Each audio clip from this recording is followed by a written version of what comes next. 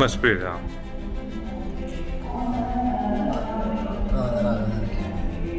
غټ ګټ راغی که نه؟ د غټ مین دې ګېټ باندې نه هغه هغلته یې نه نه دې شه راغلی دی په دې راغلی په دې راغلی دی او ګېټ بند دی که نه؟ ځکه دی که څلور رکعته شوي دي وروسته راغلی لږ په ګوته دی ګوري څوک ګوره تاسو ګوري زما څوک خیال ګوري نه علي صاحب دا بله ویډیو نه کړو هغه په دې چې په دغه ګېټ راغلی دی په همدا ټایم موږ خولې وې ورګه به مو خو خیر دی دا مو کې نه هغه ځای نه به صحیح راغلی وې که نه علي صاحب تا سلمان باندې کم دی راغلی دی